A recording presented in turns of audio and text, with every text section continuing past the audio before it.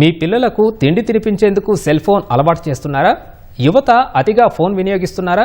అయితే వారికి మానసిక సమస్యలు వచ్చే అవకాశం ఉంది. కొందరు హైపర్ యాక్టివ్గా ఉంటారు, ఇంకొందరు నలుగురితో కలవకుండా నిశ్శబ్దంగా పనులు చేసుకుంటారు. పిల్లలు, యువతలో ఇలాంటి లక్షణాల్ని తల్లిదండ్రులు గుర్తించినప్పుడు కొన్ని జాగ్రత్తలు తీసుకోవాలి. వారి మానసిక స్థితిని నిరంతరం పర్యవేక్షిస్తూ ఉండాలంటున్నారు నిపుణులు. ఒకప్పటి తరానికి ఇప్పటి పిల్లల తరానికి చాలా వ్యత్యాసం కనపడుతోంది. ఈ రోజుల్లో పిల్లల పెంపకం తల్లిదండ్రులకు పెద్ద సవాలుగా మారింది. పిల్లలు, యువత ఆటపాటలకు కేటాయించే సమయం తగ్గిపోతుంది. సెల్ ఫోన్, టీవీలు, వీడియో గేమ్లతో ఎక్కువ సమయం గడుపుతున్నారు. ఇది పిల్లల మానసిక ఎదుగుదలపై ప్రభావం చూపుతుందని నిపుణులు చెబుతున్నారు.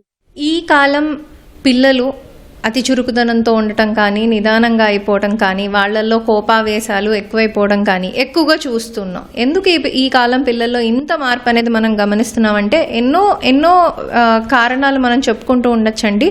ఒకటి వచ్చేటప్పటికి జీన్స్, జన్యుపరంగా ఉండే వాళ్ళ ఫ్యామిలీలో ఉండే తీరు తత్వం కారణమైతే, ఈ కాలంలో వచ్చేటప్పటికి అడ్వాన్స్డ్ పేరెంటల్ ఏజ్ అంటే పేరెంట్స్ వయసు ఎక్కువైపోవడం కూడా పిల్లల్లో అనేక రకాల మానసిక సమస్యలు రావడానికి ఒక ముఖ్య కారణంగా ఈ కాలంలో మనం చెప్పుకోవచ్చు. కంటిన్యూ ఫోన్ ఎక్స్పోజర్ పెరిగిపోవటం వలన వాళ్ళకి ఏకాగ్రతలో లోపం, హైపర్ యాక్టివిటీ అంటే కుదురు నిలకడ లేని తత్వం ఏర్పడిపోతుంది. హైపర్ యాక్టివ్ గా ఉండటం, నలుగురిలో నిశ్శబ్దంగా ఉండే పిల్లల పట్ల తల్లిదండ్రులు కొన్ని జాగ్రత్తలు పాటించాలి.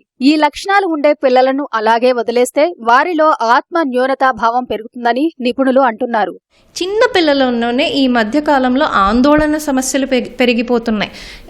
చాలా భయాలు ఏర్పడుతున్నాయి. దానికి కూడా రకరకాల కారణాలు ఉంటున్నాయి. అలాంటి ఆందోళన, భయం తత్వం ఉన్న పిల్లలు కూడా మిగిలిన పిల్లలతో కలవడానికి భయపడుతూ ఉంటారు. ఒక్క విషయంలో ఒకళ్ళు బెటర్గా కొంచెం మెరుగ్గా ఉంటాం, ఒకళ్ళు కొంచెం వెనక్కి ఉండటం అనేది జరుగుతుంది.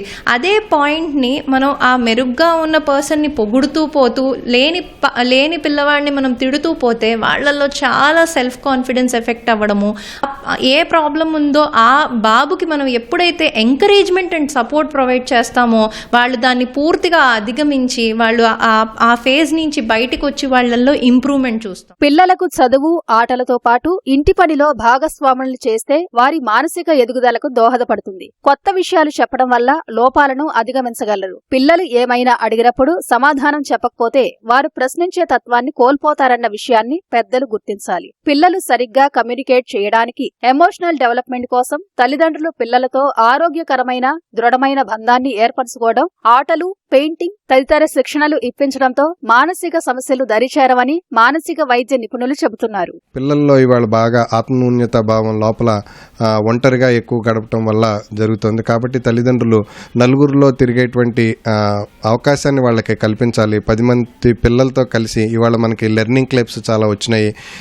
పిల్లలకి సంబంధించినటువంటి అనేక రకాలైనటువంటి లైఫ్ స్కిల్స్ నేర్పించడానికి తల్లిదండ్రులు చిన్న వయసు నుంచి, స్కూలింగ్ ఏజ్ నుంచే వాళ్ళకి ఇవి అలవాటు చేయటం వల్ల అందరితో కలిసిమెలిసి ఉంటారనేటువంటి దీన్ని తల్లిదండ్రులు అర్థం చేసుకోవాలి.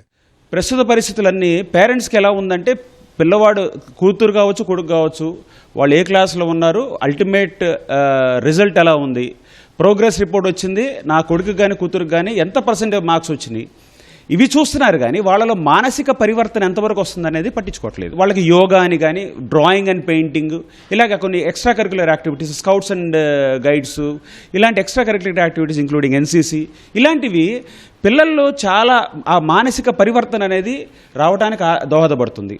అలాగే పిల్లల్లో కమ్యూనికేషన్ స్కిల్స్, ఇవన్నిటిని క్రోడీకరించుకొని పిల్లల యొక్క గ్రోత్ అనేది ఆధారపడి ఉంటుంది. పిల్లలను ఎప్పటికప్పుడు గమనిస్తూ వారి తప్పులను తల్లిదండ్రులు సరిచేయాలి. అప్పుడే వాళ్లు పూర్తి స్థాయిలో జీవితంలో రాణించగలరు.